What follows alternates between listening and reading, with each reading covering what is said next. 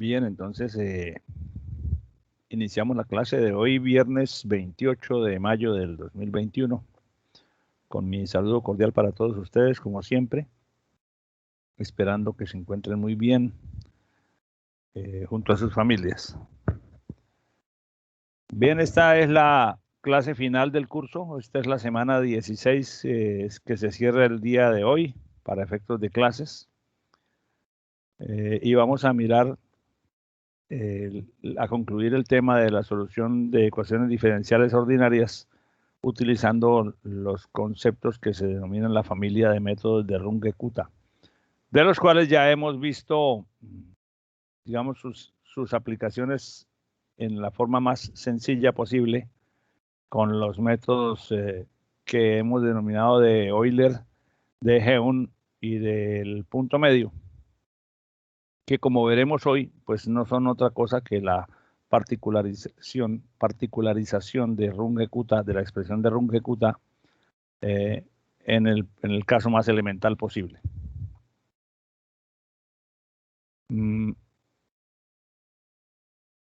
Permítanme entonces, ponemos el material a funcionar. Bien, entonces, arranquemos. Ya hemos dicho en los casos anteriores que cualquier ecuación diferencial de esta forma se puede resolver con una estrategia iterativa para trazar sucesivamente puntos de la solución, que sería analíticamente se trataría pues de integrar la ecuación. Y ese trazado de los puntos de la solución estimada obedece a una estrategia iterativa. Profe, Sí, dígame. está proyectando. Perdón, algo pasó. Excúsenme, reviso. Muchas gracias por avisarme. Algo no funcionó. ¿Ahora sí la ven?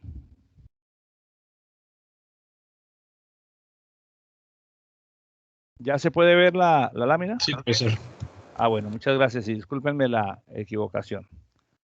Estaba diciendo que una ecuación diferencial de esta forma, pues ya sabemos o ya hemos probado que se puede resolver con una estrategia iterativa que tiene esta forma. El nuevo valor, es decir, y en este caso los nuevos valores son los puntos que trazarían la solución de la ecuación diferencial que origina el problema, igual a un valor anterior, partiendo en la primera iteración, partiendo de la condición inicial o el valor inicial que nos den, multiplicado por un factor de incremento que involucra alguna expresión de la pendiente durante el intervalo, multiplicada por el tamaño del paso.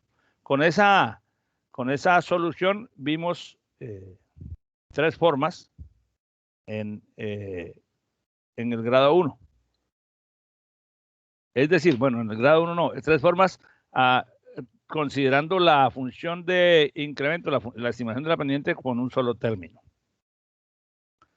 Esas tres formas fueron el método de Euler, que nos da esta expresión, que proyecta el nuevo valor, el siguiente valor de la solución a partir del valor inicial o del valor anterior, más este producto donde se supone que la pendiente calculada en el punto inicial del intervalo se mantiene constante a lo largo de todo el intervalo.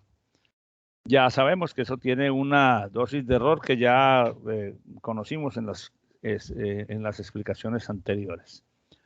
Luego, con la misma estrategia presentamos el método predictor corrector de Heun, que hace primero una estimación de un supuesto Y que no es el definitivo, sino que lo usamos simplemente para calcular la pendiente en el extremo final del intervalo y en ese valor de y promediarla con la pendiente en el punto inicial del intervalo, de tal manera que no se asume que la pendiente es constante a lo largo de todo el intervalo como en el método de Euler, sino que se promedia la pendiente en el punto inicial con la pendiente en el supuesto punto final, en el supuesto valor final de Y, y con ese promedio se hace el cálculo del siguiente Y sub I más 1.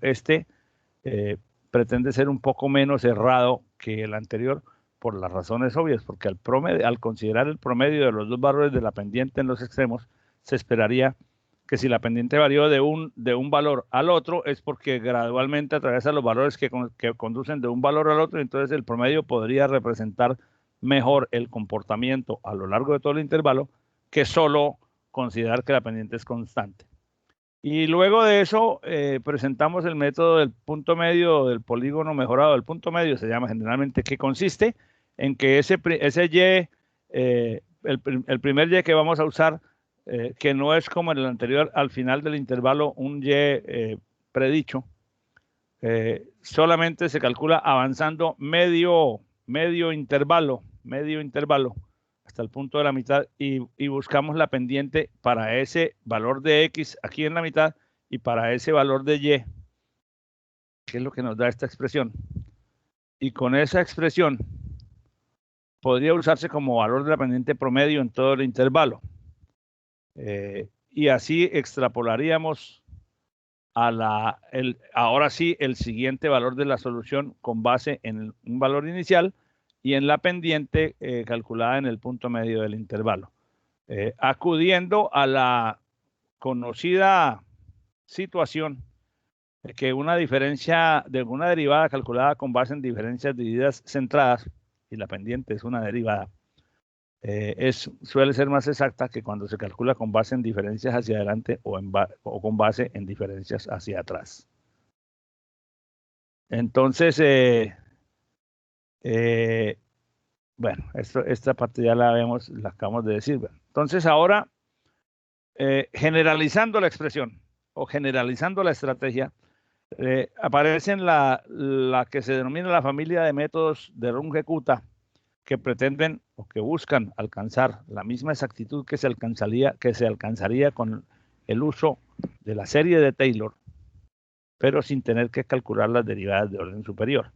Eso implica entonces que la función, que la parte de la expresión que vamos a usar para calcular la pendiente, este phi, que lo hemos visto ya que en los tres casos anteriores o es la pendiente al principio del intervalo, o es el promedio de la pendiente entre el principio y el final del intervalo, o es la pendiente en el punto medio, en todos esos casos estimándola, y esa pendiente se estima, como decir, con base en las diferencias divididas, es decir, se extrae de un análisis que hicimos anteriormente de cómo calcular una derivada a partir de la serie de Taylor, despreciando del primer término en adelante o en el mejor de los casos del segundo término en adelante. En todos esos casos anteriores, en todos estos tres métodos que hemos visto inmediatamente ahorita, se calcula la derivada con la expresión que se obtendría de la serie de Taylor, pero despreciando del término de la segunda derivada en adelante, truncando la serie, cogiendo solamente los que nos interesan para el primer orden. Esa fue la base.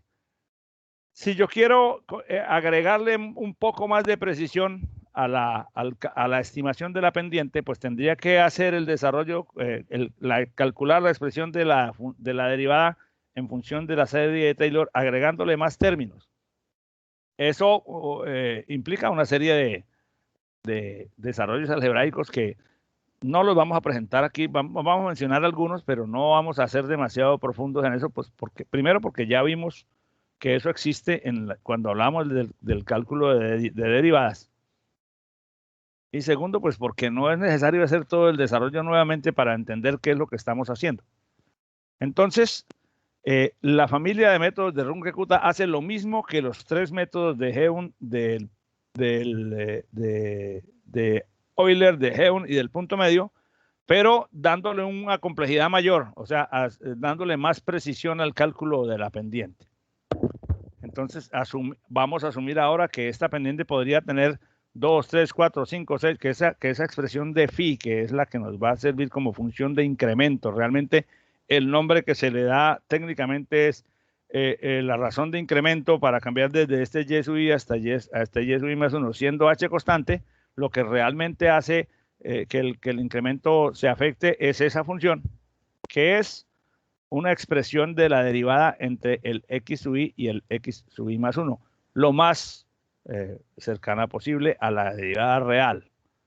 Entonces, bajo esas condiciones, ahora a nivel de expresión general vamos a representar este phi como función del x sub i, del y sub i y de h, porque ahora vamos a mirar que si yo extraigo esto o si yo calculo esa expresión de la derivada, aquí nada más es una notación simbólica para representar que vamos a involucrar todos los términos de la serie de Taylor o más de un término de la serie de Taylor. Si yo calculo eso adecuadamente, voy a tener unas expresiones de la derivada de la pendiente en el intervalo entre el xy y el xy más 1, siendo y cualquiera de las iteraciones, una expresión de la derivada, repito, que podría ser o que seguramente es de mejor exactitud que cuando solamente tomo el primer término, que es el que se tomó en los 3 métodos iniciales. Entonces, esa función puede expresarse o se va a expresar. Vamos a tener que expresar la derivada en función de más términos de la serie de Taylor. Esas disquisiciones algebraicas para llegar a las expresiones finales, en algunos casos, solo en un caso particular voy a mostrar de dónde salen sin hacer la descripción analítica paso a paso. Entonces, si yo expreso la derivada, me va a dar una, con más términos, la función phi, o sea, la función que estamos usando para aproximar la pendiente me puede dar con n términos si yo considero la cantidad de términos que quiera extraer de allá. Pero obviamente no es una, ¿cómo se le diría eso? No es una acción muy inteligente ponerle demasiados términos a esto porque se alarga mucho la construcción. Y ya sabemos que a medida que yo agrego más y más y más términos, cada término que agregue proviene de un término de la serie de Taylor cuyo valor total, cuya contribución al valor total de la derivada es cada vez menor. Que recuerden que esos términos tienen debajo un número factorial, por lo tanto cada vez se hacen más pequeños. En síntesis, lo que me interesa de ese análisis es entender que este primer término es el f de x y y sub i, que es el que yo uso para los 3 términos, para los 3 métodos que hemos venido trabajando hasta ahora. O sea, yo desprecio lo demás.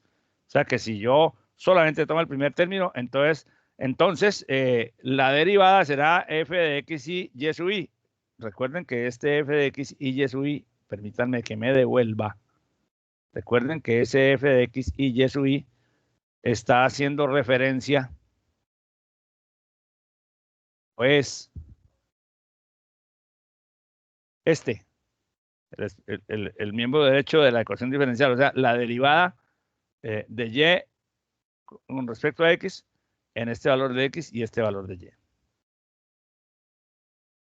Entonces, permítanme algo, vamos a avanzar hasta donde está otra vez para no ir paso a paso.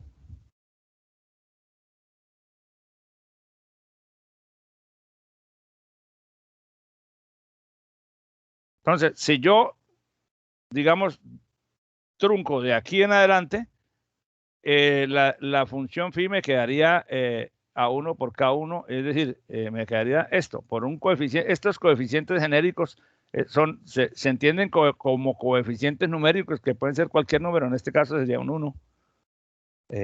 Ahora miramos que en el desarrollo pueden salir otros valores cuando yo agrego más términos.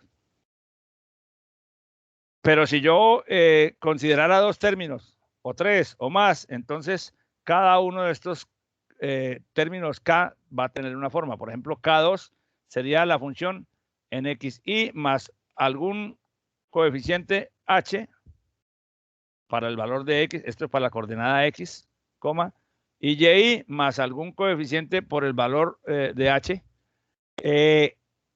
donde está involucrado K1. Fíjate que K2 es otra expresión de f de xy, pero para un valor de x y un valor de y diferente. Lo mismo si yo incorporo el tercer término, el cuarto término y así sucesivamente. El enésimo término en general me daría para este valor de x y para todo lo que resulte de aquí de esta suma valor de y. Como ustedes pueden ver,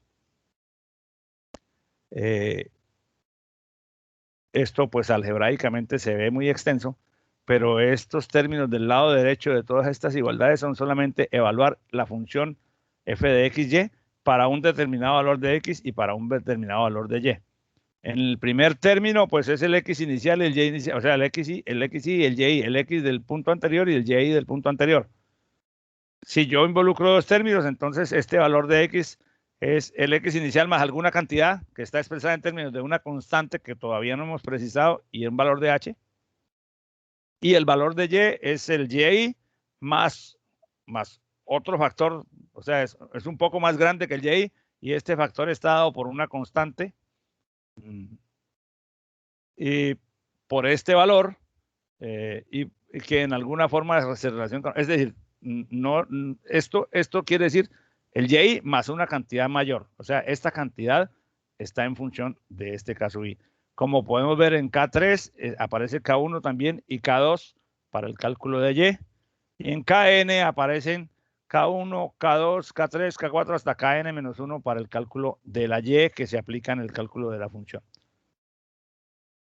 Pero repito, todas estas son evaluaciones de la f de xy para un determinado valor de x y un determinado valor de y. ¿Esto de dónde sale? De hacer la igualación con respecto a la serie de Taylor agregándole más términos, que es lo que no hemos hecho aquí. Los valores de P y Q en estas expresiones P1, P2, P3 a Pn-1 son constantes que van a surgir de un análisis como lo vamos a ver a continuación. Se dice que son relaciones de recurrencia porque en K2 aparece K1, en K3 aparece K1 y K2 y así sucesivamente. Ahora, estos son, digamos, los elementos, los valores que permitirían valorar la función de incremento, es decir, la derivada con darle valores numéricos específicos dependiendo de en qué X y en qué Y estemos trabajando. Entonces, con esa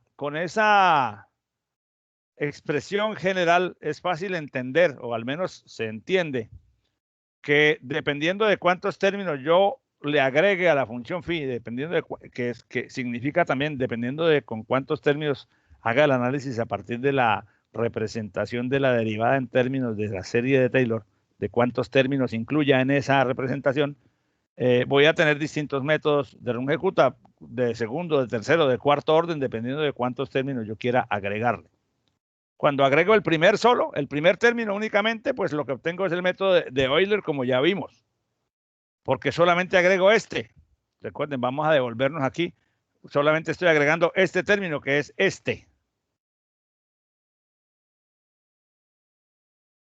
Con n igual a 2 tendría una expresión diferente.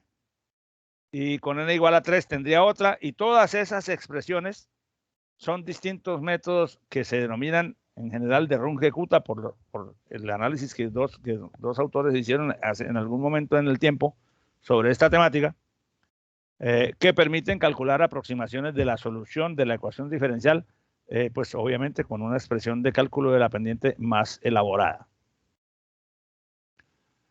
Los valores, como decía hace un momento, estos valores de las A, de los P y de las Q resultan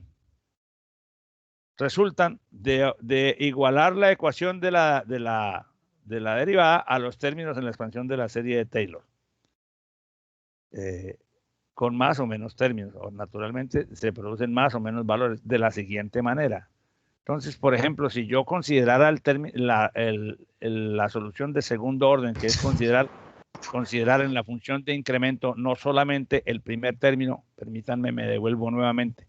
Si yo no considerara solamente este, sino estos dos y desprecio de aquí en adelante, vamos a tener esto con dos términos.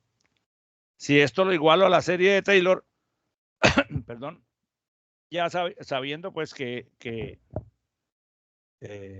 al igualarlo, K1 ya sabíamos que era f de x y y, y K2 daría esta expresión como lo vimos en la lámina anterior.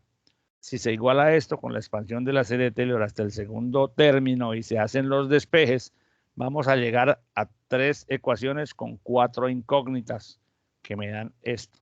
3 ecuaciones donde las incógnitas son A1, A2, P1 y lo que aquí se llama Q11. ¿Esto de dónde sale?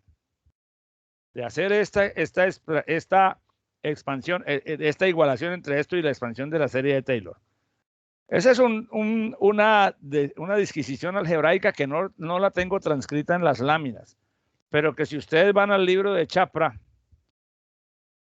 en este cuadro 25.1, vamos a encontrar que al hacer esa igualación, como se ve aquí, bueno, aquí hay una cantidad de cosas que hay que hacer para deducir o manipular algebraicamente la expresión para llegar a obtener los valores que me interesan y que hacen equivalentes las dos ecuaciones. No lo voy a explicar aquí término a término porque ustedes lo podrían leer, pero realmente porque no aporta más allá que el entender que está bien hecho y que se llega a esas ecuaciones que les acababa yo de mostrar en la lámina, donde después de hacer esa igualación y agrupar los términos, encontramos que se puede desprender de allí este sistema de 3 ecuaciones con 4 incógnitas que son las que me interesa conocer. Pero como es obvio, y discúlpenme la falla en la voz, como es obvio cuando hay una incógnita más que ecuaciones, la solución en ese caso no es única.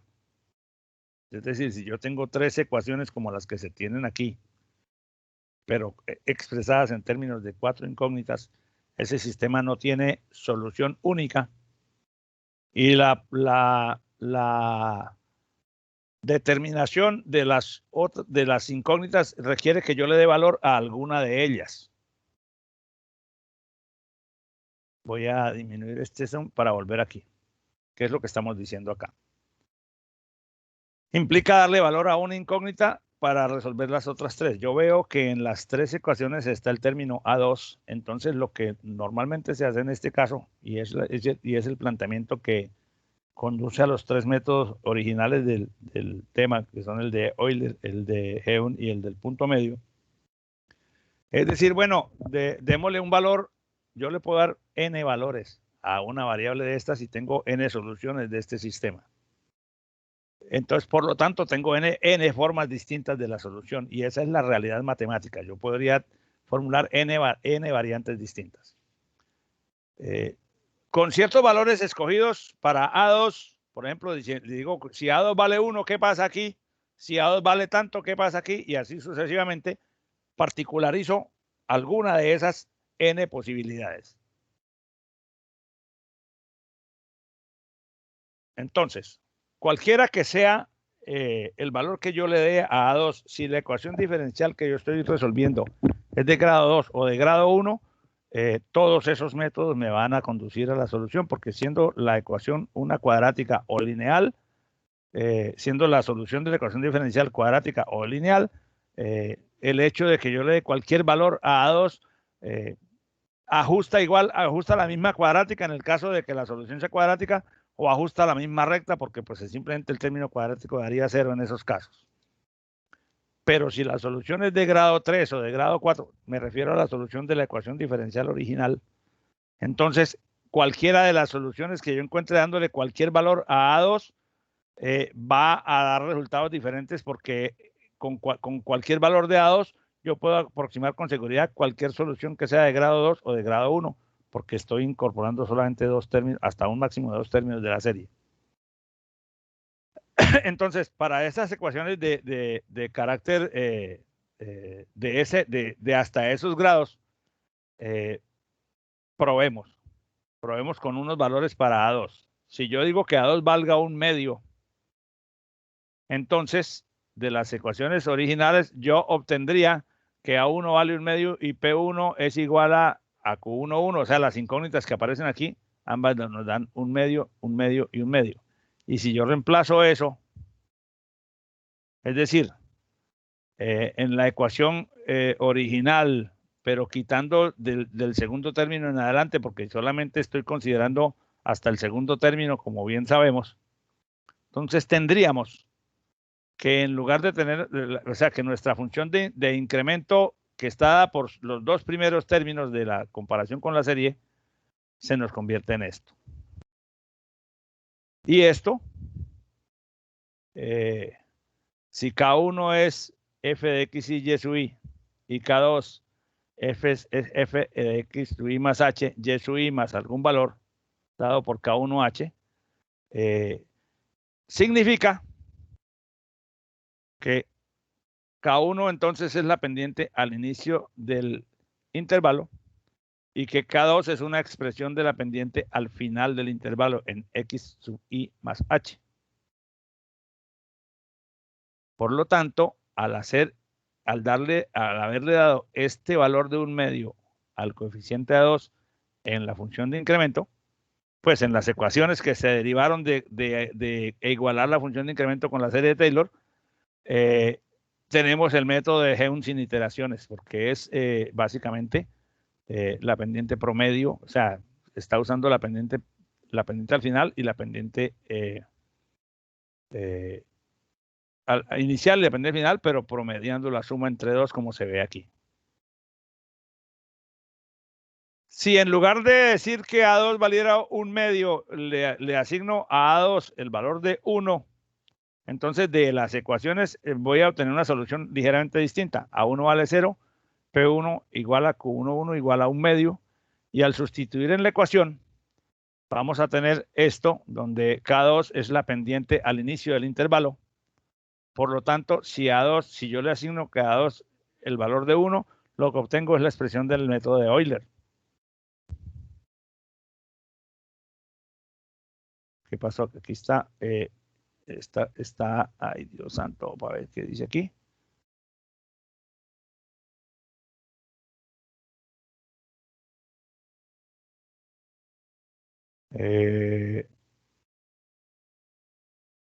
No, esta no es la de Euler, es la del punto medio, porque x es f de x y más 1/2 de h. A ver, ¿por qué? Porque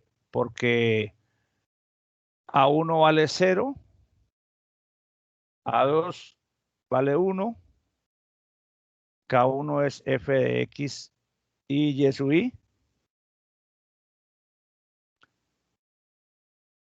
Me revisamos. Ay, caramba, perdón que cerré la lámina intempestivamente, pero como tengo en otra pantalla, se me pasa para atrás.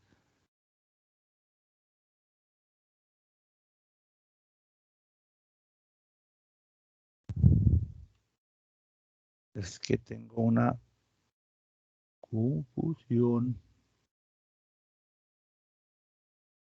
Veamos. Como si me faltara una lámina.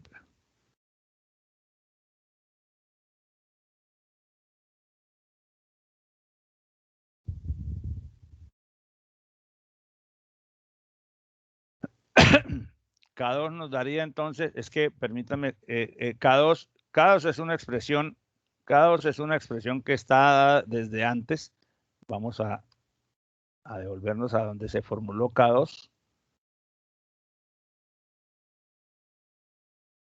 Sí, es que aquí K2, por eso es que hay que seguir bien las ecuaciones para no perderse.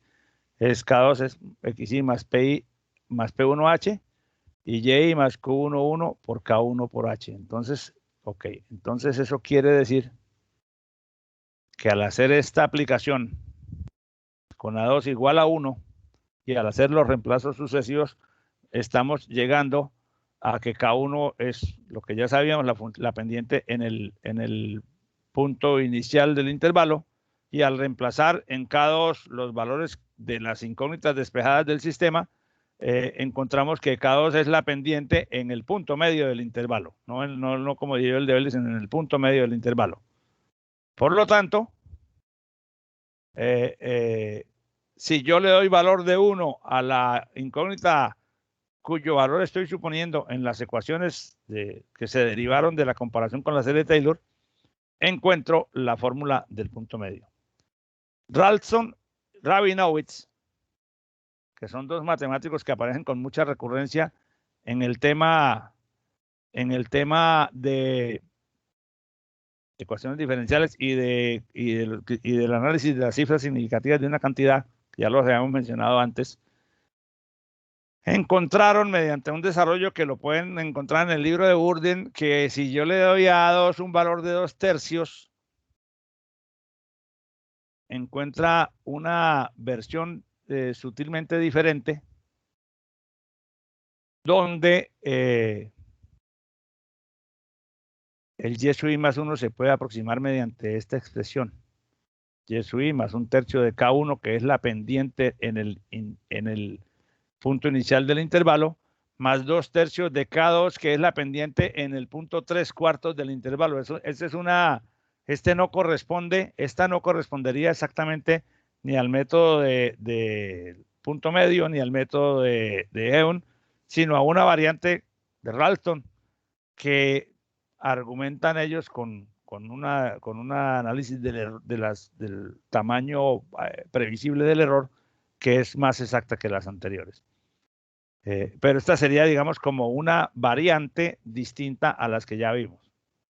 Entonces, como se puede ver, dependiendo de qué valor le dé yo al A2 en aquellas ecuaciones, en estas, obtendría yo una forma de solución diferente. Sin embargo, como dije al principio, como todo esto se deriva de ir hasta el segundo término en la serie, si la solución de la ecuación diferencial que estamos resolviendo es de orden cuadrático, cualquiera de estas posibles soluciones van a aproximar exactamente esa solución. Si la solución de la ecuación diferencial que estamos resolviendo da, por ejemplo, una cúbica o una cuártica, entonces estas soluciones no son exactas para ese tipo de... O sea, no las satisfacen exactamente. Pero sí podría, si la solución es una cúbica, yo sí podría usar un método de Runge-Kutta de tercer orden, es decir, incorporar un término más en el phi, ver cuántas ecuaciones salen de la comparación con la serie de Taylor, agregando un término más, y deducir de allí, obviamente me va a salir un sistema de más ecuaciones con más incógnitas, donde todavía no conozco todos los valores y puedo suponer alguna para precisar una solución de una forma manejable numéricamente. Entonces, por ejemplo, los métodos de Runge-Kutta de tercer orden implicarían, en ese caso, agregar un término más. Al agregar un término más de la serie y igualarlo con la función phi, desarrolla 6 ecuaciones con 8 incógnitas. Entonces ya no hacen falta una sola, sino dos incógnitas a las que se le deben dar valores arbitrarios. Una forma común que se obtiene es llegar después, o sea, aquí ya no está hecho ninguno de esos desarrollos de los K, simplemente sabemos cuál es la forma de cada uno de ellos, es llegar a que los valores estimados de la solución de la ecuación se pueden trazar con esta expresión, donde el y sub i más 1 parte del y sub i anterior más un sexto de este producto. Obviamente hay que calcular cuánto vale K1, cuánto vale K2 y cuánto vale K3 por el valor del tamaño del paso H. Entonces, K1 es la pendiente en el punto inicial, en el f de x y y. K2, esto pues ya son los resultados derivados digamos, los resultados de la comparación y simplificación algebraica. Aquí ya estamos pasando directamente a la expresión de la solución. Y el K3 sería f evaluada en x, y más el paso completo. En el segundo es f evaluada en x más la mitad del intervalo, este valor para x, y este valor para y, donde aquí se involucra el valor de K1 que hay que calcularlo previamente. Y el K3 usa el x, y más h, o sea que en este caso estamos evaluando al principio, en el punto medio y al final del intervalo la variable f para el valor de y final, para el valor de y más esta proporción, y aquí para el valor de y más esta proporción dada por esta expresión. Entonces, si la ecuación diferencial ordinaria, curiosamente ustedes pueden probar que si esto se aplicara sobre una ecuación diferencial que está solo en términos de x, no tiene nada en y, la f de x y solamente tiene términos en x, esto equivale a integrar la ecuación diferencial con la regla de Simpson de 1/3. Produce exactamente los mismos resultados. Si pienso en un cuarto orden, haciendo siguiendo la misma metodología, vamos a igualar entonces la de función phi con la serie de Taylor hasta el término de cuarto orden. Se sacan creo que son 16 ecuaciones, y entonces hay que darle valor a 4. Toda esa parte ya no está hecha aquí, simplemente después de toda la disquisición algebraica se llega a esta fórmula, que es la fórmula de Runge-Kutta de cuarto orden, donde el y sub i más 1 se calcula como el y sub i, perdón, discúlpenme, más un sexto de esta expresión por h, donde K1 vuelve a ser la pendiente del inicio, K2 multiplicado por 2, K2 viene a ser la función, la pendiente evaluada en X más la mitad hasta el punto medio del intervalo, y en Y más este incremento. K3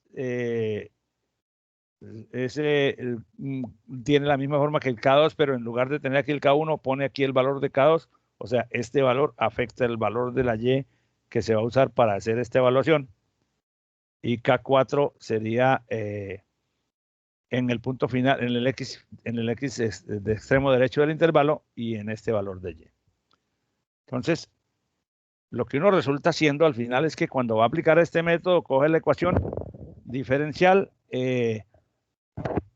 precisa cuál es el valor de la expresión de la derivada f de x, y, determina cuál es el x inicial, el y inicial, cuál es el tamaño del paso, y entonces para calcular el siguiente y sub i más 1, yo arranco del y sub i más un sexto de lo que me produzcan estos resultados, o sea, puro cálculo numérico.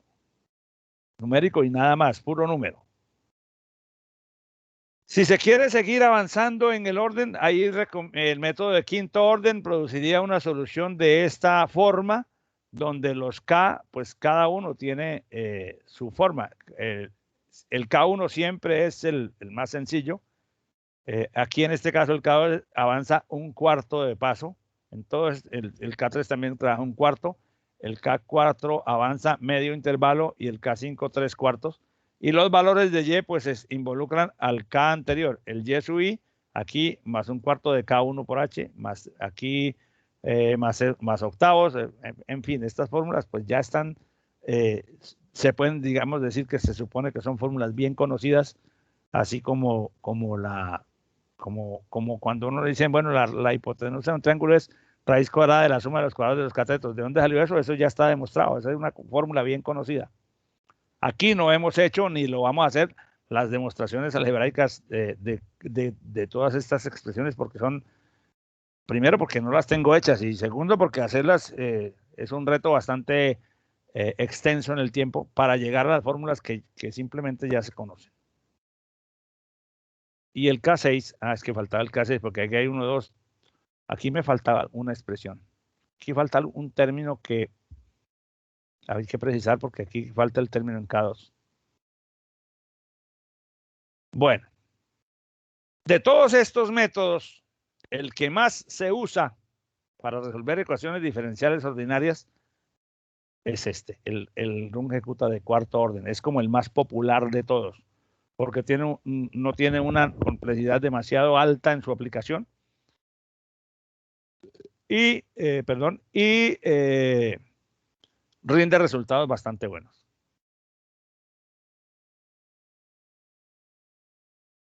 Por ejemplo, si yo tengo esta ecuación diferencial y la quiero resolver, integrar usando el método de Runge-Kutta de cuarto orden. Sabiendo que en x igual a 0, y vale 1. Es esta condición dada aquí. Usando un paso de 0 a 5.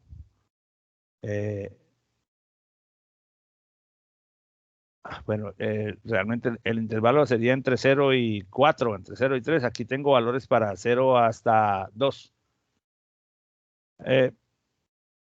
Para efectos del ejemplo, pues, aunque no puse aquí el intervalo, que podría ser desde 0 hasta 3, hasta 4, para efectos del ejemplo lo que nos interesa es verificar si la aplicación del método de Runge-Kutta para esta ecuación me da valores cercanos a los que me daría la solución real. La solución real, en este caso, es esta, que consiste en integrar esto. La solución real me dice que para x igual a 0, y vale 1, eso me lo dieron como condición inicial. Que para x igual a 0.5 da 3.21875, Quiere decir que la solución real de esta ecuación diferencial es una cuártica de orden 4, es decir, una ecuación de grado, un polinomio de grado 4. Por lo tanto, si yo voy a usar el método de Runge-Kutta de cuarto orden, Cualquiera de los que, si yo derivara, si yo me pusiera a hacer el trabajo de la comparación para encontrar las ecuaciones de Runge-Kutta de cuarto orden que están dadas en esta lámina, estas, siendo que la solución que estoy buscando, yo sé ahora porque la pude resolver analíticamente y veo que es de orden 4, quiere decir, puedo estar seguro de que las soluciones que yo busque con esta fórmula van a coincidir exactamente con aquella, porque esta fórmula es exacta para grado 4, 3, 2 o 1. Pero si la solución de la ecuación diferencial fuera de grado 5, los valores de Y sub I arrojados por el método de Runge-Kutta de cuarto orden no van a coincidir exactamente, van a ser aproximados a lo que debería ser el valor real. Entonces, bueno, entonces, siendo un método iterativo, el método arranca en X igual a 0, Y igual a 1, que son los valores conocidos, por eso pongo ahí iteración 0.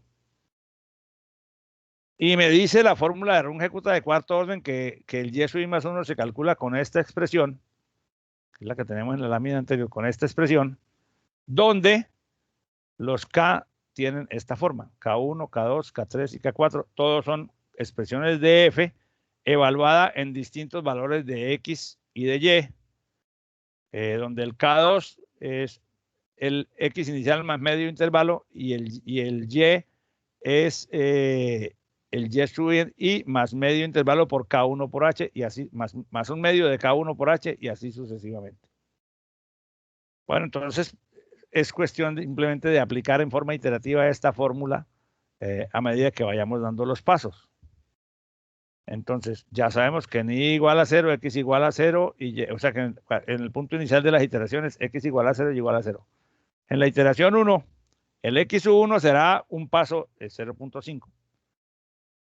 Y el Y1 me estaría dado por el Y sub 0 más un sexto de K1 más 2K2 más 2K3 más K4 por H, que es la expresión de Runge-Kutta de cuarto orden, donde K1, K2, K3 y K4 pues tienen valores que calcularse. K1 es f de X y Y, K2 es esto, K3 es la fórmula respectiva y K4 la fórmula respectiva. Cada una de estas cosas, siendo esta f de XY, o sea, lo que está al lado derecho del de Y de X en la ecuación original, es simplemente evaluar esta expresión primero en X y Y, lo cual me da 8,5.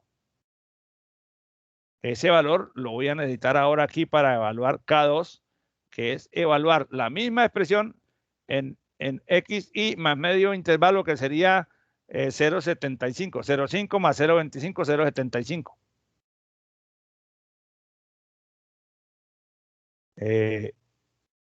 No, en este caso no es 0,5, es 0 más 0 más 0 más 0,25, porque el punto inicial estamos todavía entre 0 y 0,5, entonces 0,25 en X.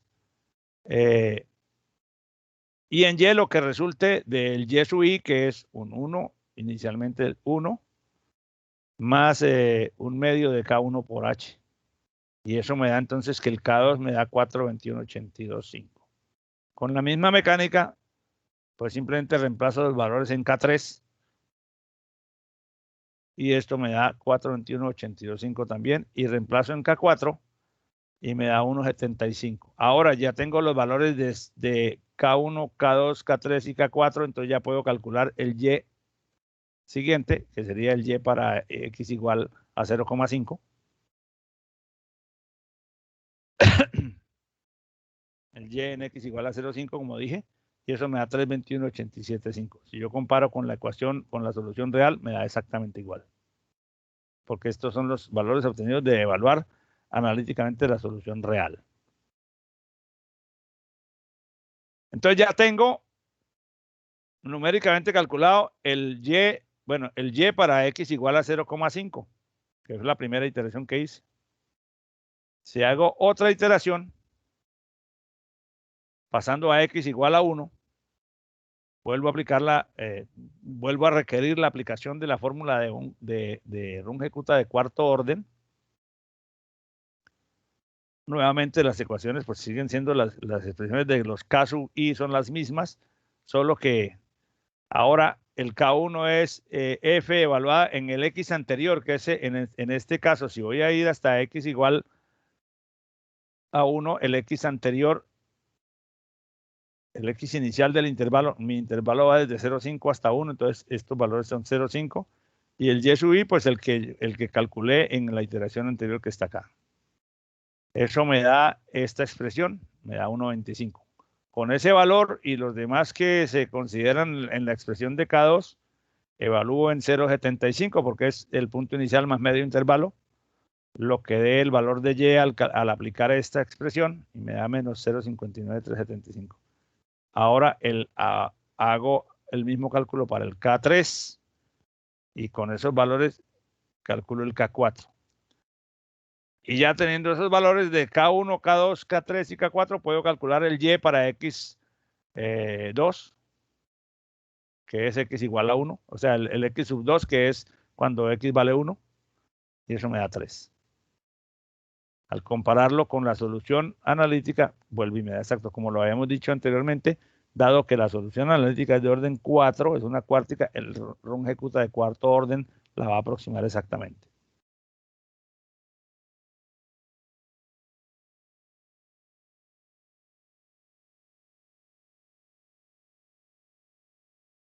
Estábamos, perdón, me regreso un poquitín.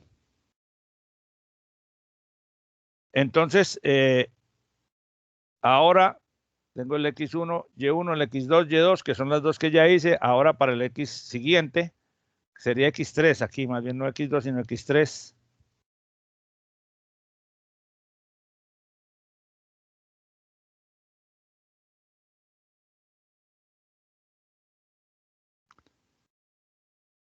Se hace la misma rutina de cálculos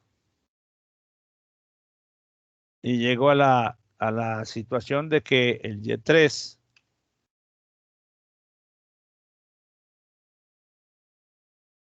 pasa por copiar y pegar y no revisar. El Y3 entonces me da un total de 2,21875 que vuelve a coincidir y así podemos seguir haciendo las iteraciones. No tengo más iteraciones hechas para este problema, pero creo que es apenas suficiente para verificar la eficacia del método para grado 4 o hacia abajo. No suelen usarse métodos de Runge-Kutta de orden superior al cuarto. Existen y es posible desarrollarlos de cualquier orden, pero no suelen usarse porque la complejidad que se le agrega al desarrollo de la expresión no se compensa con mejores logros de exactitud o no se compensa significativamente.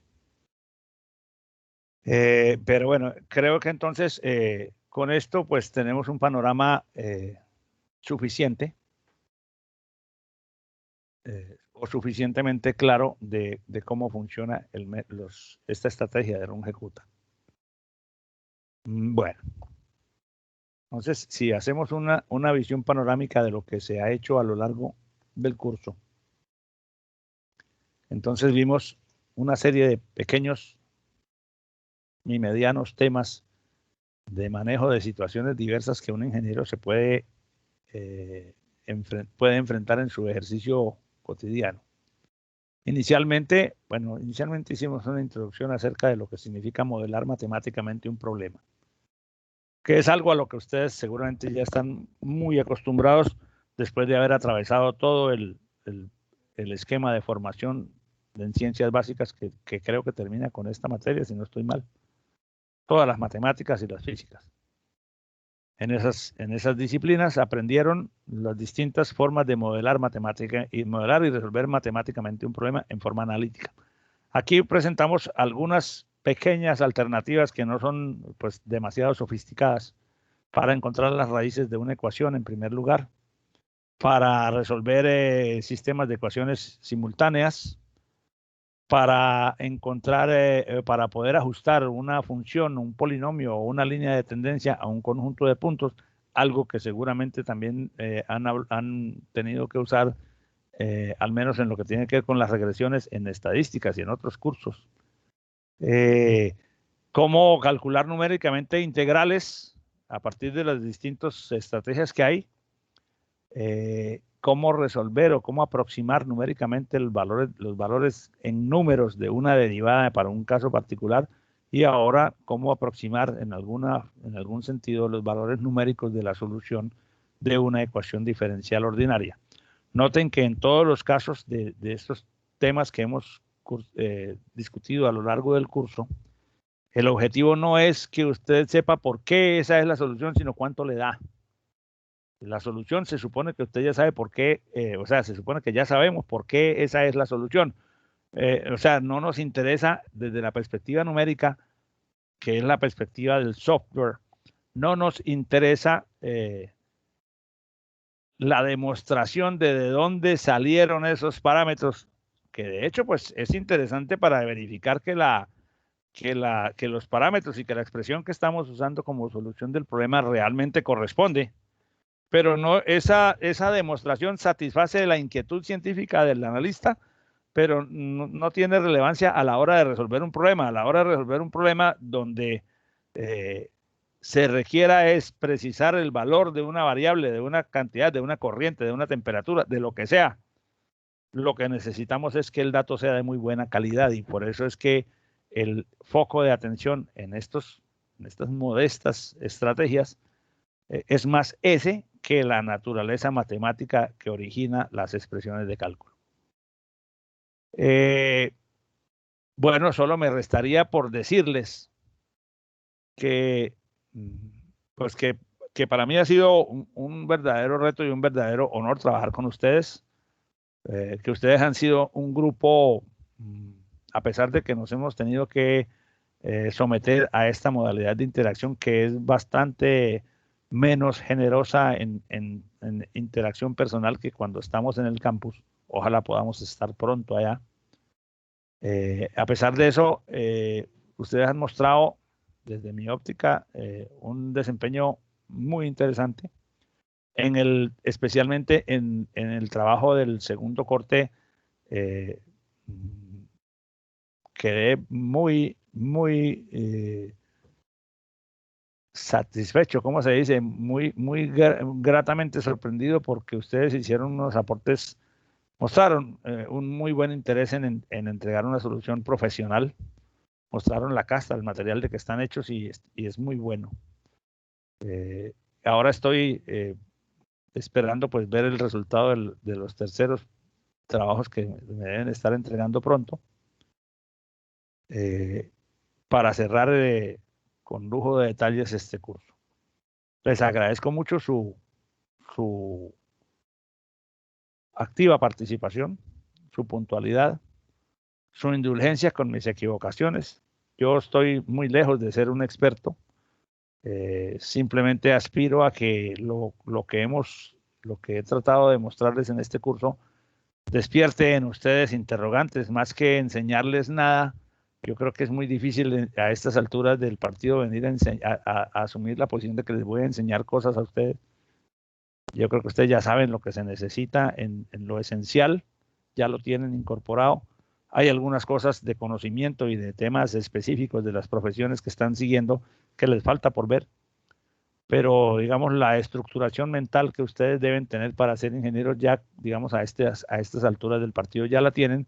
Y evidentemente muchos de ustedes en sus comentarios, en sus interacciones conmigo y en la forma como me escriben las tareas y las cosas que me entregan, lo evidencian así. Espero haber aportado algo a ese proceso. Sé que no es de una profundidad excesiva lo que yo hago aquí, pero sí me daré por muy bien servido si al menos las clases de procesamiento numérico despertaron en sus mentes algunos interrogantes y les indujeron a averiguar cosas, y les abrieron la mente a enfoques distintos a los que venían utilizando, o a especializar lo que ya sabían. Mis agradecimientos para todos. Estoy y seguiré estando a disposición de sus comentarios y de sus comunicaciones en lo sucesivo. Ustedes tienen mis datos de contacto, y pues espero que tengan un cierre muy exitoso de este semestre y que continúen en esa línea de éxito para que muy pronto los veamos en la pasarela de la ceremonia de grados, obteniendo su acreditación como profesionales, su título, y emprendiendo pues el vuelo por los caminos del futuro que cada uno de ustedes tenga trazados. Muchas gracias. Ha sido un placer trabajar con ustedes.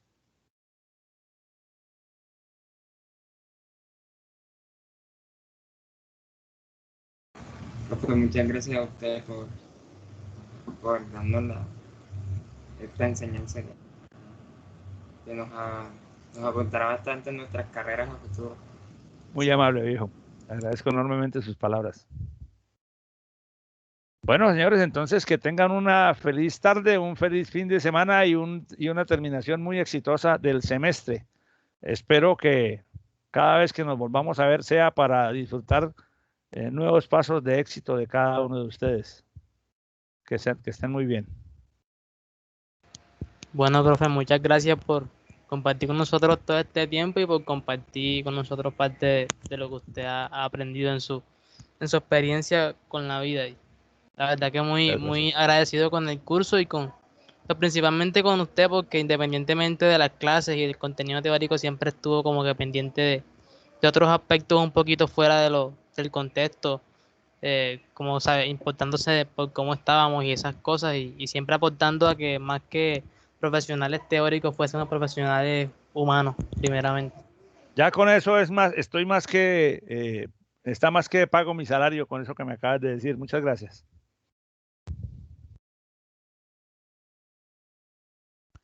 Bueno, entonces hemos terminado. Ahora ya pueden irse a descansar.